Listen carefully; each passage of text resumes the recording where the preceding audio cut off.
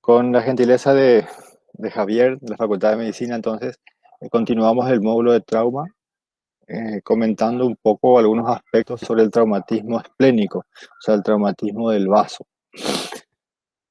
El vaso, como sabemos ya desde anatomía, histología y fisiología, es un órgano que está dentro de la cavidad abdominal y es muy frecuentemente lesionado en el trauma abdominal cerrado, con una incidencia de casi llegando al 45%. El enfoque diagnóstico y terapéutico, en cuanto a eso, hubo cambios y evoluciones importantes en las últimas décadas. La conservación del vaso es la modalidad terapéutica más aceptada actualmente. En lo posible, hay una tendencia de los cirujanos de trauma a conservar los parénquimas. Esas son las nuevas tendencias este, que se tiene, a diferencia de la parte inicial quirúrgica en donde se buscaba este, o se, solamente existía la posibilidad de la extirpación total de los órganos lesionados. Entonces, se fundamenta esa acción en las acciones inmunológicas que tiene el vaso y también la experiencia en pediatría, en donde este manejo no operatorio o conservador del vaso eh, tiene bastante éxito. Y también las mejores técnicas de radiología que permiten un mejor manejo, mejor diagnóstico, por lo tanto mejor manejo. La esplenectomía total en sí no es inocua, por lo que se busca evitar eso en lo posible. No es inocua porque produce en poco porcentaje, pero hay una mortalidad importante de sepsis en pacientes esplenectomizados. Eh, el vaso es conocido ya desde la época precristiana por filósofos médicos eh, con distintas concepciones al respecto porque se ignoraba su fisiología. Eh, Esta parte podemos dejar para la lectura de distracción un poco de la historia del vaso, cuando empezaron a hacerse las primeras esplenectomías. En 1678 fue aquello. Se refiere una primera esplenectomía total por trauma. Habrá sido bastante dificultosa ya en una época preanestésica y preantibiótica. Eh, Algunas décadas después ya empezaron algunas reparaciones exitosas, ya en el siglo XX. Ahí es donde empieza el desarrollo pleno de la cirugía, porque ya se empieza a conocer la, eh, la anestesia en sí, empieza a desarrollarse y también la antibiótico-terapia. Entonces, al dominar el dolor y la infección, la cirugía tenía la pista libre para evolucionar. Eh, entonces, cronológicamente, más o menos lo que podemos así recopilar en cuanto a la historia del manejo de los traumatismos. Entonces, ahí también se van describiendo infecciones en esplenectomizado ya en 1973, y se vio que es importante en lo posible conservar el vaso para evitar aquellas infecciones. No obstante, siempre es prioritaria la vida del paciente, entonces la mayoría de las veces y hasta ahora estamos haciendo esplenectomías totales. El vaso está ubicado en la cavidad abdominal, en el espacio subfrénico izquierdo. Está unido al estómago por un epiplón, que es el epiplón gastroesplénico. Está unido al páncreas por otro epiplón, que es el pancreático esplénico. Al ángulo esplénico del colon por ligamento eh, esplenocólico. Y también al mismo diafragma por ligamento freno esplénico.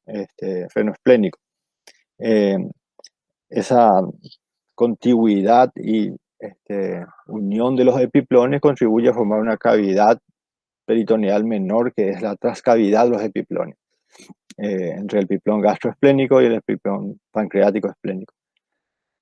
Eh, tiene una forma, una superficie convexa que se acomoda a la concavidad diafragmática y una superficie casi cóncava, prismática, triangular, en cuyo en una de cuyas aristas se encuentra el ilio del vaso, en donde le llega su pedículo, conformado por las arterias y venas esplénicas.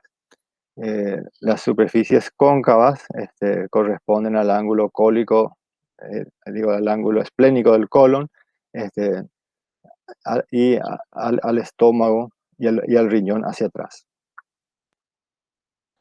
Eh, Íntimamente sería la pulpa roja y la pulpa blanca, que tienen funciones del sistema retículo endotelial. Su función es filtrar la sangre de bacterias y células ya senescentes. Es fuente de inmunoglobulinas, etcétera. Entonces tiene que ver con es tejido linfoide y es muy importante en el sistema inmunológico, especialmente en la edad, en la primera infancia, en la infancia en sí. El, el vaso puede lesionarse por mecanismos contusos o cerrados, o puede lesionarse por traumatismo, por mecanismos penetrantes o abiertos.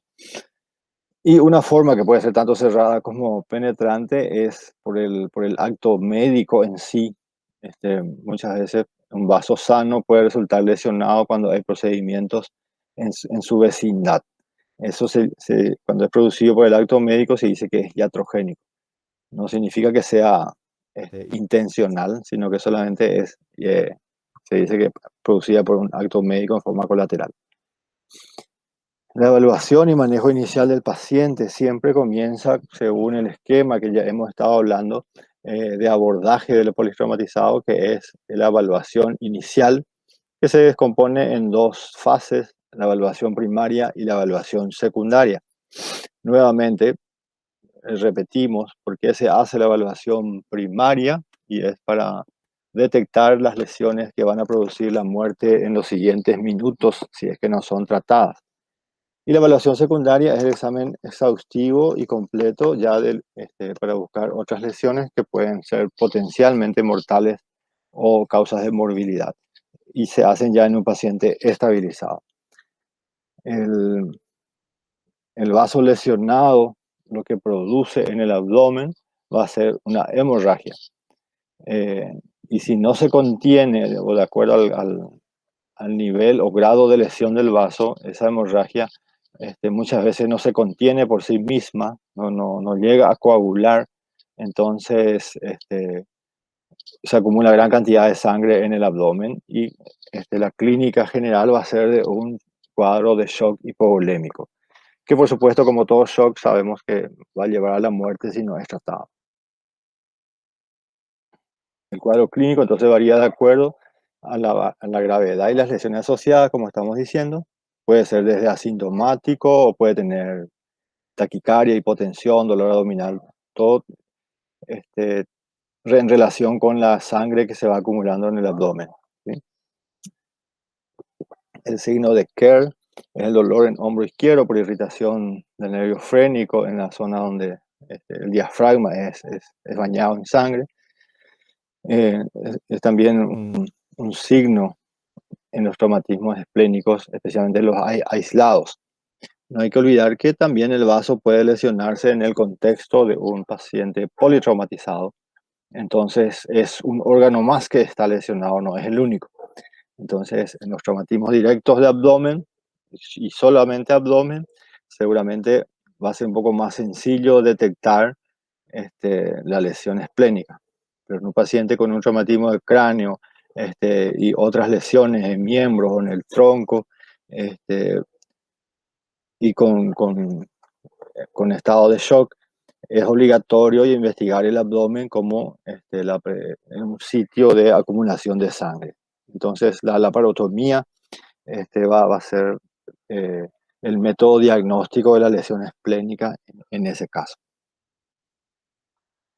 Como habíamos hablado en trauma toracoabdominal, las lesiones bajas del tórax, especialmente del lado izquierdo, con fracturas costales de la undécima o duodécima o las costillas inferiores, debe hacernos sospechar una posible trauma abdominal con lesión esplénica en el lado izquierdo. Eh, Se gradúan las lesiones esplénicas de acuerdo a la lesión encontrada tanto si hay una laceración o ruptura de la superficie y parénquima, como si este, en los casos en que hay indemnidad de la superficie y la sangre se acumula por debajo, digamos, de la cápsula. Entonces, ahí se mencionan como hematomas. Ahora, si está rota la superficie del vaso, se dice que es laceración. Entonces, de acuerdo a sus medidas, este, que puede inclusive de alguna manera eh, traducirse o objetivarse con la tomografía axial computada, podemos, antes de operarle en un paciente estable, ver el grado de lesión que tiene. Y hay grados de lesión que son subsidiarios de un manejo no operatorio y hay grados de lesión que seguramente, sumado a la clínica, van a ser necesariamente de resolución quirúrgica. Eh, Tenemos desde el grado 1, que es el hematoma pequeño, menos del 10%, una laceración menos de un 1% de profundidad, un centímetro de profundidad, hasta el grado 5, donde hay un estallido o fraccionamiento del vaso, o laceración importante, o una sección o laceración directamente del ilio y sección del pedículo. Eh, Eso generalmente hasta el grado 3. Grado 1 y 2 generalmente no son quirúrgicos y son lesiones únicas. El grado 3 está en la duda y el 4 y 5 son siempre quirúrgicos, especialmente en el periodo agudo. ¿Cómo se hace el diagnóstico de un reumatismo esplénico? Las imágenes, la radiografía simple de tórax, la radiografía simple de abdomen pueden ayudar. Eh, la que más nos orienta es la ecografía focalizada para trauma, que es el ECOFAS. El ECOFAS nos va a mostrar líquido libre en el abdomen, que sumado, comparado con la clínica o agregado a la clínica del paciente, ya va a sugerirnos cirugía o no cirugía. Eh, entonces, el FAS muestra líquido libre y el operador entrenado para FAS sabe buscar líquido libre. Sin embargo, la ecografía convencional realizada por ecografistas especialistas pueden, digamos, delimitar bien las lesiones esplénicas si es que la hubiera.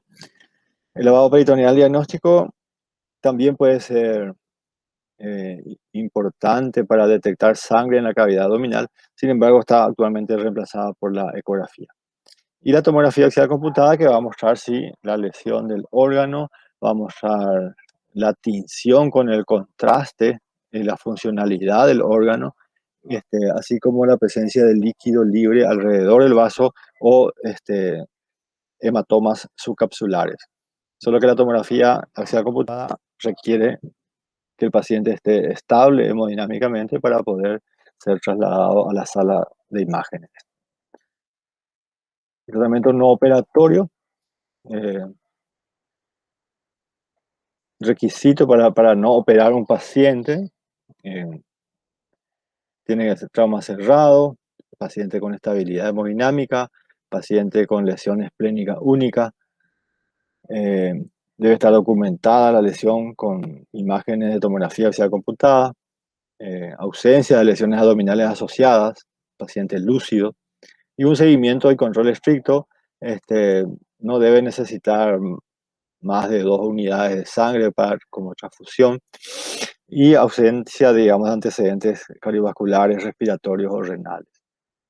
El estado hemodinámico condicionará la elección entre cirugía inmediata y la tomografía. Eh,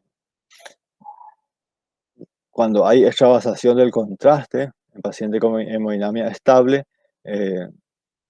seguramente la arteriografía de embolización endoscópica es el tratamiento indicado para hacer, digamos, para detener el sangrado.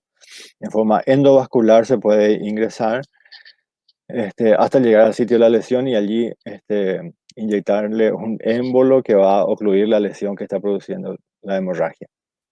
Rupturas secundarias del vaso se describen también entre el primero al día, o sea que al mes y medio más o menos, el primer día hasta el mes y medio pueden ocurrir la ruptura de los hematomas y pueden producir un sangrado secundario. Eso se describe clásicamente, pero para ser más estrictos, el vaso ya estaba roto. El sangrado es lo que es secundario por ruptura del hematoma. No es que el vaso en sí se rompe por segunda vez. Eh, la vigilancia hospitalaria de 7 días, etcétera. Estas recomendaciones que hay acá es para el manejo no operatorio. Por supuesto, requiere un centro de alta complejidad que tenga quirófano y personal quirúrgico de anestesia y cirujanos este, permanentes y disponibles las 24 horas del día, porque en caso de descompensación hemodinámica deberá ser operado de urgencia. Ese es básicamente el esquema del manejo no operatorio en el trauma esplénico. ¿A quién le quitamos de ese esquema? A los que tienen alteración de la conciencia, es decir, un traumatismo del cráneo concomitante, o intoxicación, drogas, enfermedad mental, etc. Paciente que no puede contarnos que el abdomen está indoloro, eh, seguramente va a tener que ser operado nomás. El hemoperitoneo importante es relativamente un criterio de exclusión, eh, o una lesión esplénica sin precisión morfológica. Y la presencia de signos de peritonitis son los que van a obligar a la cirugía. Eh, Aquí se muestran las recomendaciones de cómo tiene que estar el paciente en manejo no operatorio por trauma esplénico. Debe estar hospitalizado en cama, eh, si se puede en unidad de terapia intermedia, pero casi nunca tenemos disponibles esas camas en los lugares públicos. Eh, se control de los signos vitales cada 3 horas por 48 horas, control de la hemoglobina y el hematocrito diario, la ecografía abdominal también en forma seriada y periódica, este, y por supuesto insistir con el reposo, con la abstención de ejercicio físico este, durante el tiempo establecido en el protocolo. Eh, Siguiendo con el tratamiento no operatorio, las reglas para suspender. ¿Cuándo se suspende el tratamiento no operatorio? Cuando hay que transfundir sangre durante 24 horas para mantener una PA de mayor a 90 milímetros de mercurio, una presión arterial, la media. O si hay que corregir una anemia inferior a 9, persistencia ileointestinal, aumento de la hemorragia que se puede objetivar en tomografía o ecografía, o si empeora esa lesión que fue evaluada al ingreso. Por supuesto, la aparición de signos de peritonitis va a obligar a la cirugía en sí.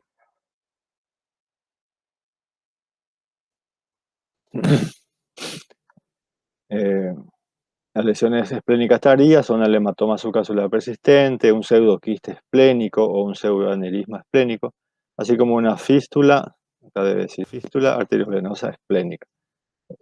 Serían como secuelas en un manejo no operatorio que son subsidiarias de reparación posterior. Eh, Se menciona también el riesgo de ruptura secundaria del hematoma. Eh, Generalmente en los primeros 6 días después del accidente es donde hay un riesgo de que haya un sangrado importante. Eh, Hasta el día 45 es el riesgo que hay. Entonces, los cuidados deben ser principalmente hospitalarios los primeros 15 días y luego en la casa con indicaciones precisas para los familiares. Eh, Estas son imágenes tomográficas. Acá se ve el vaso. Fíjense, la coloración más blanquecina del riñón y compañía es porque el riñón está captando el contraste. Este estudio es contrastado. Acá se ve el hígado. eh, y estos son unas fotos de una arteriografía esplénica. Esta es la arteria esplénica. Y donde se va a buscar el sitio de la hemorragia para producir la embolización. Esa Esa angioembolización también tiene sus riesgos, sin embargo, los beneficios superan a esos riesgos. Eh, Realmente ningún procedimiento invasivo está exento de riesgo para el paciente. Puede haber lesión de vasos, puede generar un absceso esplénico después, puede, la hemorragia principalmente es el mayor riesgo en general, ya sea desde el sitio de punción hasta el sitio, digamos, de angioembolización. Las opciones quirúrgicas, una vez que se decide operar el vaso, en trauma siempre la cirugía se hace por una laparotomía mediana, eh, generalmente sifopubiana, eh, a través de la línea alba. Casi nunca estamos totalmente seguros de que la lesión es solamente en el vaso, tanto en los traumatismos cerrados como en los penetrantes. Eh, si operamos por trauma en agudo, la laparotomía es sifopubiana. Hay casos, no obstante, de acceso esplénico más directos y específicos, como una incisión subcostal izquierda o una mediana supraumbilical. En todo caso, como tratamiento quirúrgico, una vez ya en la cavidad abdominal, tenemos opciones para hacer. Una de ellas es la esplenorrafia, que es suturar ese vaso, cohibir su hemorragia y bueno, consideramos que está el tratamiento hecho. Eh, Se puede hacer hemostasia también con hemostáticos adhesivos. Hay agentes biológicos. En el mercado hay bastante productos que pueden ayudar, digamos, a favorecer la hemorragia. Pues la esplenorrafia no siempre es muy factible, especialmente en las laceraciones importantes, en donde puede desgarrarse aún más cuando se intenta afrontar los puntos de sutura. Entonces hay algunos accesorios o agentes biológicos que pueden ayudarnos para este, favorecer la hemostasia. Agentes sintéticos también. Y la sutura quirúrgica con ácido poliglicólico, es el material del hilo. También puede ser catgut o poliglactina. Generalmente son suturas absorbibles. Eso en cuanto a esplenorrafia. Otra opción es la esplenectomía parcial, que es retirar una parte del vaso conservando otra parte, asegurándonos de que esa parte esté bien vascularizada. Se puede envolver con una malla ese vaso, entonces se contiene también la hemorragia en sí. Y la esplenectomía total, que es el retiro total del vaso con ligadura del pedículo. Eh, Indicaciones de esplenectomía: cuando la lesión esplénica es severa, grado 4 o 5, con seguridad, grado 3, a veces estamos en la duda. Cuando hay compromiso del pedículo esplénico, cuando hay deterioro hemodinámico del paciente por shock hipovolémico, cuando hay lesiones viscerales asociadas o cuando el tratamiento no operatorio está fracasando. Ahí muestra una malla que envuelve al vaso. Entonces, de esa manera, ese vaso es contenido y la hemorragia, la hemostasia está asegurada. Esta malla es reabsorbible en la mayoría de los casos. Tarda mucho en ser reabsorbida, pero se fibrosa con el órgano, entonces le refuerza más a la cápsula.